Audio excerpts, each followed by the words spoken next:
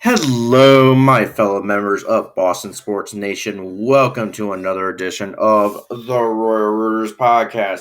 This is episode 27, January the 29th of 2026. I'm your host, Tom O'Shea. Let's get into it. All right. So, Bruins. How about them Bruins? Especially at home. 9 straight home wins in a row. I think they're undefeated at home. I think I could be legit wrong on that. Still undefeated at home in January, at least. Yeah. The entire season? I wish. But anyway, the boys in black and gold get the job done. They take care of a somewhat mediocre, not too great Philadelphia Flyers club, literally second worst team in the Eastern Conference right now. They win this one in just literally dominating fashion at home. They do a little tribute to some of our Bruins who are going to the Winter Olympics next month. Do a little ceremony for them. We did see something else. Remember the last time they scored a few goals in a span of a few seconds or under a minute? Well, they did it again tonight. 41 seconds this time. Yeah. Under 41 seconds. Yep. And Yep. Yep, I am right. Undefeated at home in the month of January. That is amazing. Yes. 9 straight wins in a row. So our Bruins win this one 6-3 to end the homestand, at least for January, at home. Because the next time they do play will be February. So they end January with a win. Yeah, because the next time they do play will be in February, and that will be the Stadium Series, but we won't jump ahead to that just yet. All right, for now, I can't talk. For now, let's talk about tonight's game. All right, here we go. So the Bruins, they get on the board first, literally 9 minutes and 49 seconds into the first period, thanks to a goal from a Mr. Victor Arvidsson, his 13th goal of the season. Assisted by Mr. Casey Mittelstadt, his 15th of the season, and a Fraser Mitten, his 14th of the season. 1-0 Boston at this point. And then literally 41 seconds later, Pablo Zacha gets his 15th goal of the season, assisted by Mr. Morgan Geekie, his 20th of the season, and a Mr. Jonathan Aspero, his 3rd of the season. 2-0 Bruins. And that would stay that way at the end of the first quarter, or end of the first period. I called it quarter. Why did I do that? All right. Second quarter, here we go. Literally the Bruins add on, thanks to a Fraser Mitten goal, his 14th of the season, assisted by Mr. Casey Mittelstadt, his 16th of the season. I believe second of the game. Nice. It is 3-0 Bruins.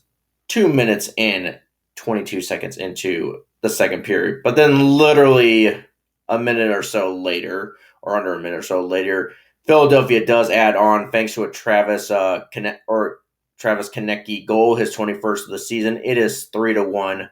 Bruins still lead, but by 2 at this point. But then Casey Mittelstadt, literally 16 minutes and 12 seconds into the second period, he adds on for the Bruins on a goal, his 11th of the season, assisted by Mr. Andrew Piquet, his 6th of the season, and a Fraser Mitten, his 16th of the season. I believe second of the game too. It is 4-1 Bruins. All right, and then Tanner Jeannot gets his 6th goal of the season and adds on for the Bruins, assisted by Mr. Andrew Piquet, his 7th of the season, 2nd of the game, and Sean Corelli, his 12th goal of the season. 5-1 Bruins. Literally 18 minutes and 40 seconds into the second period. But then Philadelphia does add on Nikita Gierbinkin. I'm apologize if I butchered that name. Gets his 4th goal of the season for Philadelphia. It is 5-2 Bruins. They lead, but by 3, 19 minutes and 5 seconds into the third period. So literally 55 seconds left in the second period. And then that's how it would stay that way until the third period. And literally, game went on, got close to the end, 16 minutes and 30 seconds into the third period. Marat Kuznetsov gets his 12th goal of the season and an empty netter to literally just put a seal on that 6-2, assisted by Mr. Charlie McAvoy, his 32nd assist of the season, and Jonathan Aspero, his 4th assist of the season, and also second in the game. But then Philadelphia did have to add one more goal on, even though it was to no avail. Matavy Mikhailov, I cannot pronounce that name. Power play goal, 13th of the season. It is 6-3. Bruins lead by 3, 18 minutes and 19 seconds into the third period. That's where your final score would stand, though. Yep, 6-3 victory. Shots on goal, Philadelphia did beat us on that, 36-27. Penalty minutes, we won that battle. Or not penalty minutes, sorry. Power play, apologies. We did lose that battle to Philadelphia, who were 1 of 3 for this one, 33.3%, and we were 0%, so we were 0 for 1. And once again, we led in penalty minutes, 12-8. Not good. But still, we ended up winning the game. All right. Yeah. So, as I said, they did a little ceremony pregame for the guys going to the Winter Olympics this year for the Bruins and stuff like that. So, it was pretty nice to see that. Pretty neat. Pretty neato. Love to see that. But yeah, so it was pretty neat. Bad news, though, for maybe one of them. It looked like Pavlo Zacha did have to leave the game early because of an upper body injury. Hopefully, it's nothing serious, and hopefully he's back. Yeah, hopefully he's back for the Olympics. Yeah. Or else somebody will have to replace him on Team Czechia. All right. Yeah. But to say, Pasta will be lonely at the Olympics if that's the case. So, yeah. So, this will be the last home game, as I said, before the Winter Olympics, because the next time do play at home will not be until February the 26th. So, literally a month or so from now. Yeah, there's only 4 games for the Bruins in February. I don't know what's going to happen there. We might just have to talk Bruins and Patriots, or Celtics and Patriots, and also maybe Red Sox news. Oh, yeah, that's right. They do report next month. But yeah, won't jump ahead to that. Yeah, a lot of stuff. Just, the 41 seconds. Man, we love to score some goals under a minute in some of these games. Like, literally apart from each other. That's kind of neat. I mean, jeez. Last game against Vegas, it was like 54 seconds, and now it's like 41 seconds apart from the first 2 goals in the first period. That was just like, man, that's a neat kind of thing. Just dominating fashion. I believe, 9 straight wins in a row at home. And as I said, haven't lost a game at home since, I believe, December. Could be wrong on that. But we shall look. Yeah, I don't know. Yeah, December.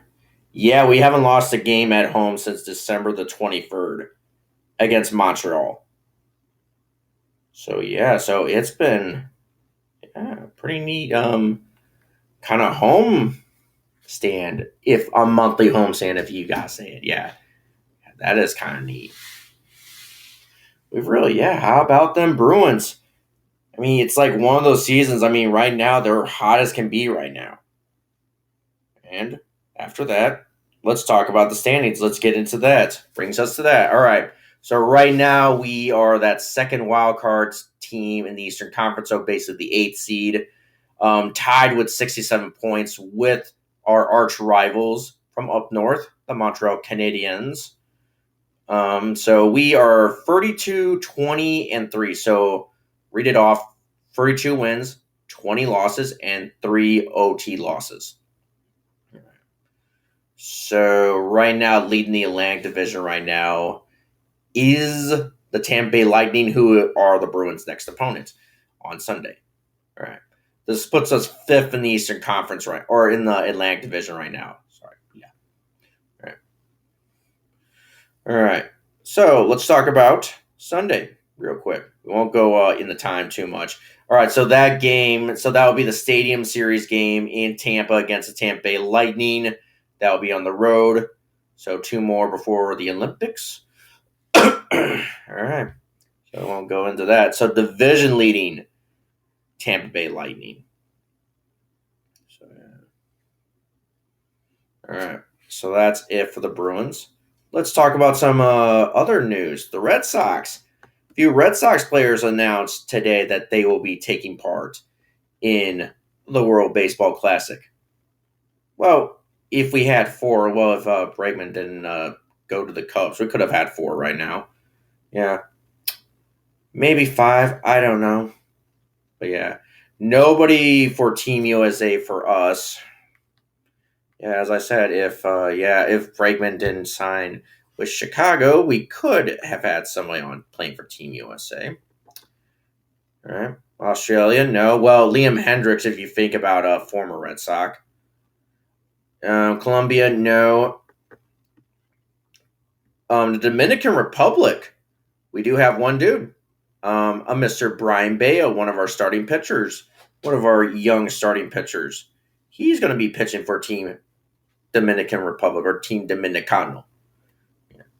Nice. All right. And then Israel, nobody. Yeah. What about, hey, I think we do have one dude playing for Team Great Britain. Yeah, I forgot. What about Aroldis Chapman? He's playing for Team Great Britain, which is strange. Why is he playing for Team Great Britain? Ugh. Yeah. Yeah, them and Israel. I don't want to see win.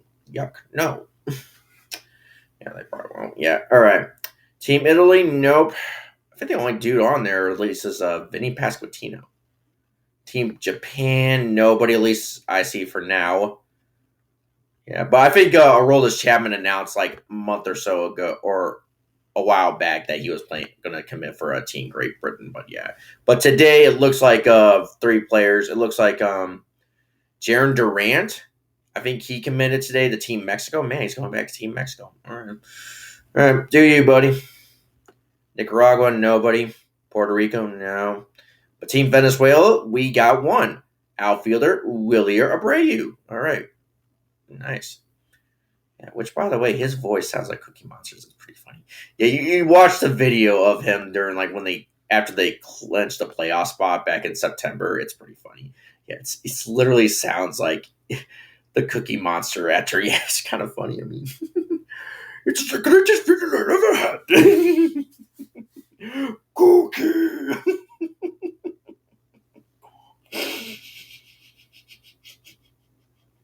All right. Yeah.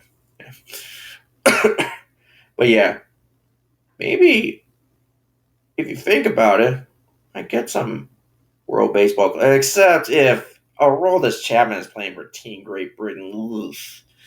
That might be tough making me wear Team Great Britain at. No. Yeah. Yep.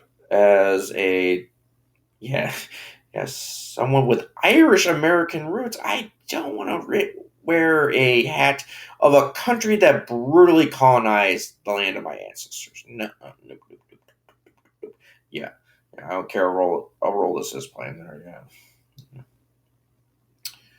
I don't know. We'll probably think about it. I know New Era is already like dropping some of the World Baseball Classic hats and caps and stuff like that. They're also giving out beanies, like stocking cap beanies. Yeah. Really? Interesting. Yeah, nice. All right. Gonna be cold in some of these places. Yeah, I'm really excited for the World Baseball Classic. It is like the baseball version of the World Cup. I really kind of just have that pride and play for your country. Even going back to the Winter Olympics for hockey, I mean, just to have the fact that like you're playing for your country in a way. Although you do have to take it in consideration. Hopefully, none of these guys get hurt, because some of them do get hurt or lost for the season. Ugh, that might not be great. Yeah. Then you have the older heads like, we shouldn't have these things. Discourage them from joining. Like, oh my god, we're watching the ceremony tonight, and my dad just had to go on about the whole like the teams discourage them from playing this game. Like, Dad being the biggest American out there, he wouldn't if Team USA asked for him to like say, "Hey, you want to play baseball for us?" I'm like, "Oh, sure, I'll play." Oh, yeah, yeah. His opinion probably would have changed it there at that point. It's just, Dad, I want to watch this game. Please stop talking. Please stop talking. Love you, Dad, but still, Jesus Christ, we don't need old people trying to talk. They should be seen. Uh, yeah. Back in my day, your day's over. All right, anywho. All right, one more thing. We forgot to talk about this last night. I mean, so today or yesterday, um, it was kind of rumors started circulating that Jayson Tatum might consider just maybe stepping away for this season so he can basically fully recover. I mean, which sucks because I kind of wanted to see him maybe come back for this year, but that was somewhat as in a way a slight possibility. I mean, it may happen, it may have not have happened, but right now, right now the Celtics aren't doing too bad right now. There are things that we could work on, but right now, if you before the season when we didn't have Tatum to right now when we don't have Tatum, we haven't been really too bad this season. In fact, we're third in the Eastern Conference right now. We're literally in a playoff spot. We're literally in October. We're talking about okay, so where do you think we'll get a draft pick? Should we just tank the remainder, or should we just tank this season to the point like, oh man, we might not be bad. We might be one of the best teams in the Eastern Conference right now. One of the best. We haven't really lost a step.